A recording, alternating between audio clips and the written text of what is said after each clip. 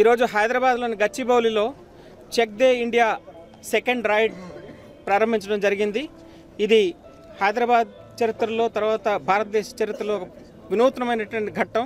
ప్రపంచంలో ఎక్కడ జరిగిన విధంగా హైదరాబాద్లో ప్రప్రథమంగా యుఎన్ హ్యాబిటాట్ వారు, హైదరాబాద్ మెట్రో రైల్ వారు, హైదరాబాద్ బైసికలింగ్ క్లబ్ వారు ఒక ట్రైపార్టైట్ అగ్రిమెంట్, త్రైపాక్షిక ఒప్పందం చేసుకుని ఒక భారతీయ నగరంలో, ప్రపంచంలోని ఒక నగరంలో మనం ప్రజా రవాణా వ్యవస్థతో పాటు లాస్ట్ మైల్ ఫస్ట్ మైల్ కనెక్టివిటీగా పొల్యూషన్ లేనటువంటి కాలుష్యరహితమైనటువంటి సైకిల్స్ని ప్రవేశపెట్టాలనేటువంటి ఒక మహత్తరమైన కార్యక్రమాన్ని ఫస్ట్ టైం ఈ విధంగా చేయడం జరుగుతుంది.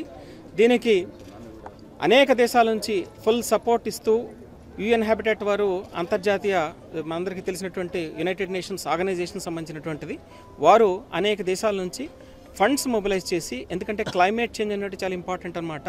ప్రపంచ నగరాలన్నీ కూడా కాలుష్యం పెరిగిపోయి భూగోళం వేడెక్కడం వల్ల అనేకమైన సమస్యలు ఉత్పన్నమవుతున్నాయి.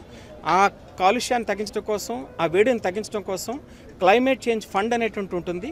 ఆ ఫండ్ని కొంత మన భారతదేశానికి హైదరాబాద్కి తీసుకొచ్చి వారు సపోర్ట్ చేసి బైక్స్ ఏర్పాటు చేయడం జరుగుతుంది.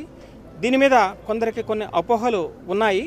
ఇది జర్మన్ లేదా ఇతర దేశాలైనటువంటి సైకిల్స్ అనేటువంటిది కేవలం వారు ఇచ్చినటువంటి గ్రాంట్ వరకు మాత్రమే హై అండ్ బైసికల్స్. ఎందుకంటే స్లోగా మనం బైసికల్స్ అనేటువంటిది ఇది పేదవారి వ్యక్తే కాదు, ధనవంతులు కూడా, అందరూ అన్ని వర్గాల వారు కూడా ఈ సైకిల్ ప్రయాణం చేస్తారనే ఉద్దేశంతో హై అండ్ బైక్స్ తీసుకుంటున్నాము. దానితో పాటు భారతదేశానికి సంబంధించిన మన సైకిల్స్ కూడా ఉన్నాయి. అంటే ఇవి గేర్డ్ బైక్స్ ఉంటాయి, ఈ బైక్స్ ఉంటాయి అన్నమాట. రకరకాల ప్రైస్ రేంజ్లు ఉంటాయి. అవన్నీ కూడా మనం తీసుకొని ఇక్కడ అందరికీ అందుబాటులో ఉండేలాగనమాట. మినిమం ఉంటుందన్నమాట. ఎవరైతే హైదరాబాద్ బైసికల్ క్లబ్లో మెంబర్గా ఉంటారో వారందరూ కూడా మన మెట్రో స్టేషన్ దగ్గర కానీ, లేకపోతే మొత్తం 300 ప్లేసెస్లో ఈ బైసికల్ స్టేషన్స్ ఏర్పాటు చేయబోతున్నాము. ఈ బైసికల్ స్టేషన్స్ హైదరాబాద్ బైసికలింగ్ క్లబ్ వారు ఏర్పాటు చేస్తారనమాట, తెలంగాణ ప్రభుత్వ సహకారంతో.